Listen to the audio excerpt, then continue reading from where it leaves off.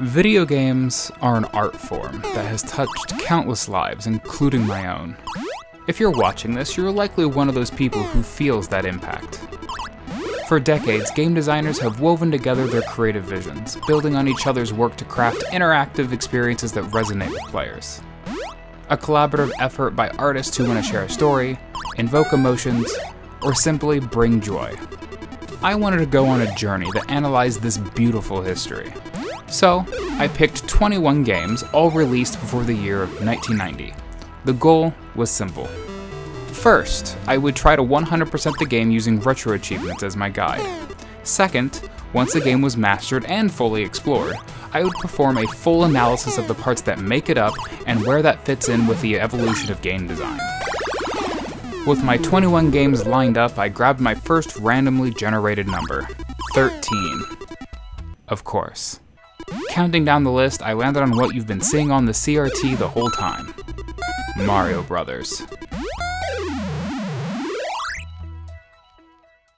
I'll start with the NES version, but once mastered, we'll move on to any other ports of the game that are systematically identical, before moving on to the analysis phase. Mario Brothers was developed by Nintendo R&D1 after the success of their previous arcade game, Donkey Kong, and was even shown to the public as being the third game in the Donkey Kong series. While the various ports were handled by other development studios, R&D1 did their own port for their own console. Designed by the legendaries Gunpei Yokoi and Shigeru Miyamoto, it further solidified Mario as the symbol of Nintendo. Let's take a look at the game mechanics slightly before we jump into trying to master this classic. There are several elevations that Mario, and Luigi if you're in a two-player game, that the player can jump onto. Each phase, or level, will have enemies fall out of the pipes on either side of the screen at the top of the stage, and make their way to the bottom by walking off the platforms. Once they reach the bottom, they will enter the pipe and reappear on the same side but at the top. Players and enemies warp to the other side if they walk off screen, providing a level of strategy to escape becoming trapped, but also having to make sure you don't get ambushed by an enemy doing the same. Phases are completed by defeating all enemies predetermined for that phase. When the player has defeated the second to last enemy, the enemy will turn a different color and proceed to break the pixel sound barrier and become fast and dangerous. Defeating enemies happens in only one major way: flipping over an enemy and then touching them to defeat them. Flipping over happens in one of two ways. The main action is to jump and hit any ceiling directly under where an enemy is walking. This will flip them over for a period of time. However, if given too much time being flipped, they will flip back over and change color. The second way is the POW block, located on the middle bottom of the screen. When hit from below, it will apply a flipping over effect to everything on screen, with the precondition that they are touching the floor.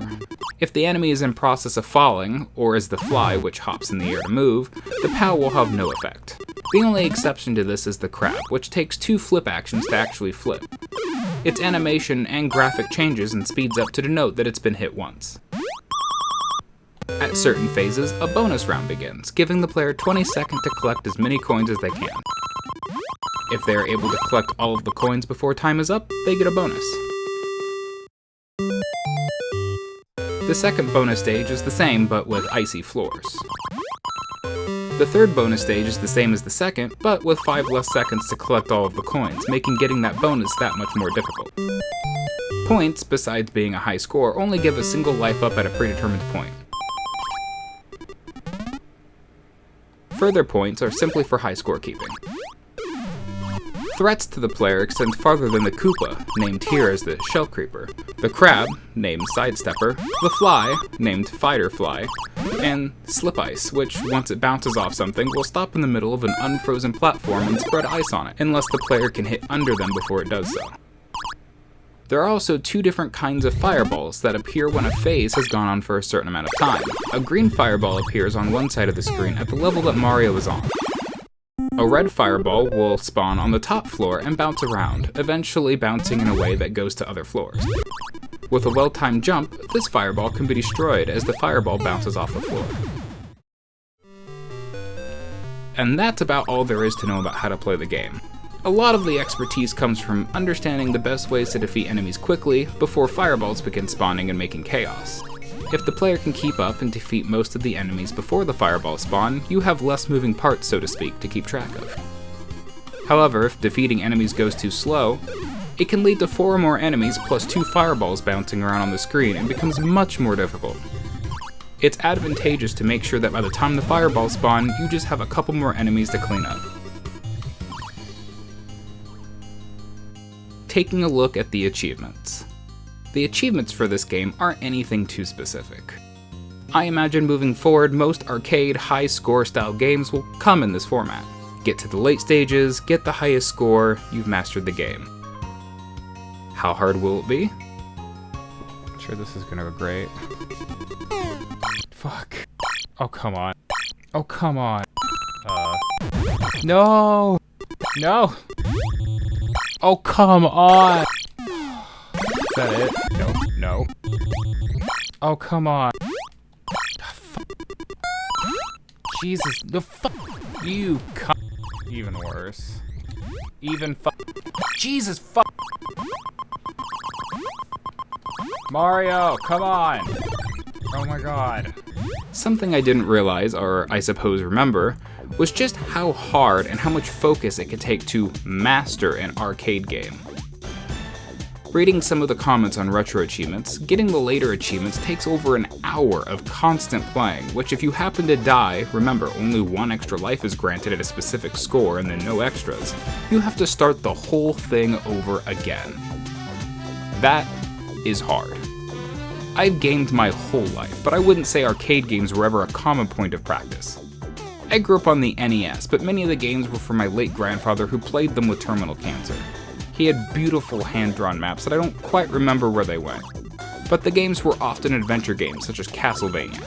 Hours and hours went by and I started feeling like I was bottlenecking. The best I had done was phase 25, and the amount of time to just get to that stage over and over told me something. This was going to be a larger metaphorical mountain to climb than I had thought. I started looking at other possibilities, such as Retro Achievement's win condition. It's a newer feature that signifies that someone has beat a game, but hasn't gotten every achievement. I lulled this over for a few days if I felt comfortable just beating a game and then analyzing it, but I had won Mario Brothers in only a couple of hours. But the difference between winning and mastering was a divide I wasn't sure I could do. However, it could still be short-sighted due to the fact that it might not actually get to everything. It might be like running through the game and yeah, you beat it, but did you really experience everything? There's plenty of game examples where you can beat it, but if you do none of the side content, you're missing a lot of things. It really does depend on the game. However, I had another idea. Try a different game and have a rotation of games I'm working on so I didn't grow burned out stuck on one. Mario Brothers would be my arcade game, which I imagine will often take longer than most of the more linear games. I figure, at most, I would never want more than 3 games being rotated in and out so I was never overloaded, but always had an option to play something else in the project if I was ever getting burned out. And Mario Brothers was shaping up to be a major opponent to take down the mastery of. No! Bullshit! Not that glitch again. It's so annoying. Walking back up to the random number generator with my ego slightly more contained, I rolled again. 18. Taking a look at the list, that gives us Silviana for the MSX computer system.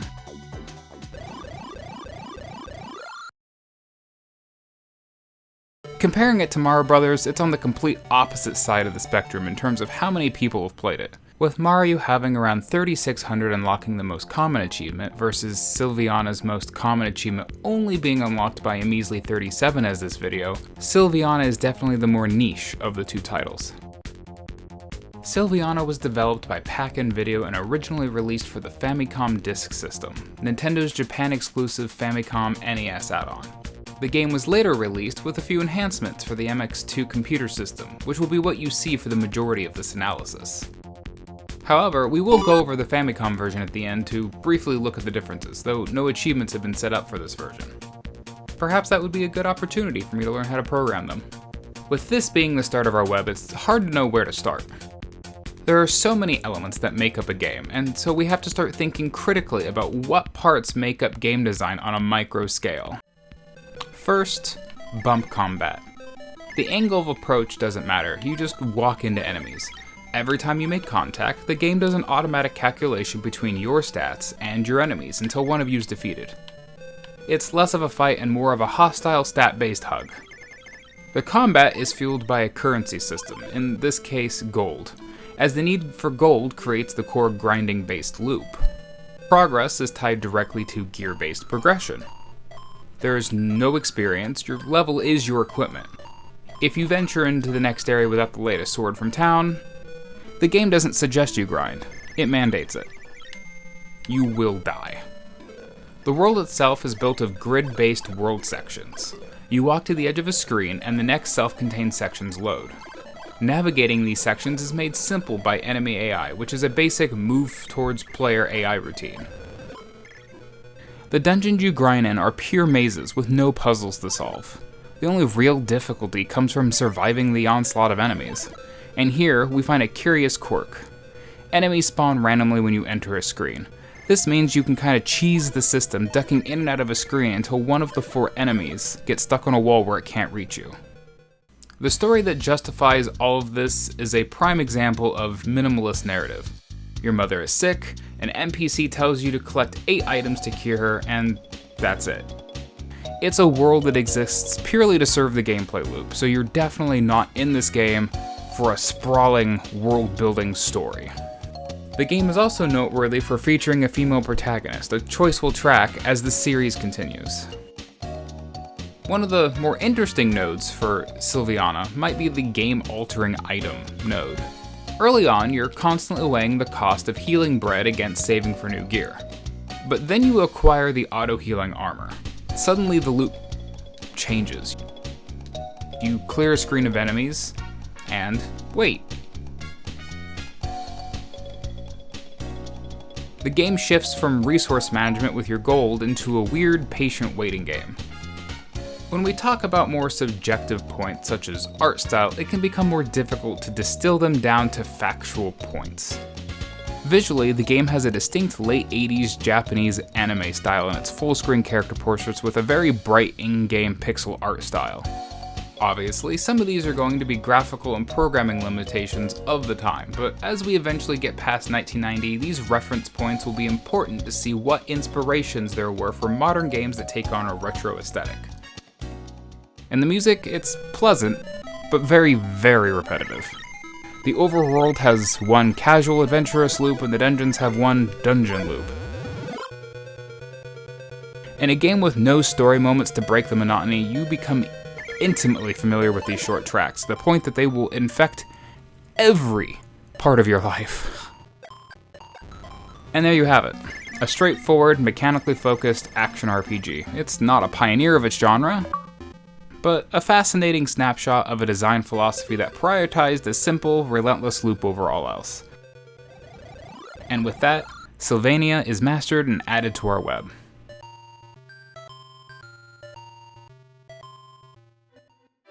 With this, we have the beginning of our web.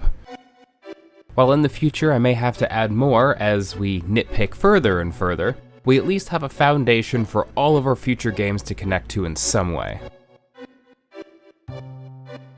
And that means it's time for another roll. Number 3. Borderline for the SG-1000.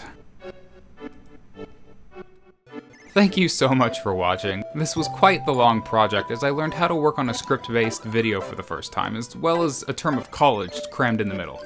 At a certain point, I had to stop changing and trying to make it perfect and just move forward. I have no doubt that the quality of my videos will continue to improve over time. It's been a hobby for over a decade of my life, and I have to remind myself it is unrealistic to maximize quality while learning skills, but I still wanted to make sure that the time and effort was put into it, so when I look back, it's something I can be proud of, even if there's a little bit of cringe in there. To wrap things up, thank you for watching. I will see you in the next web expansion. Farewell.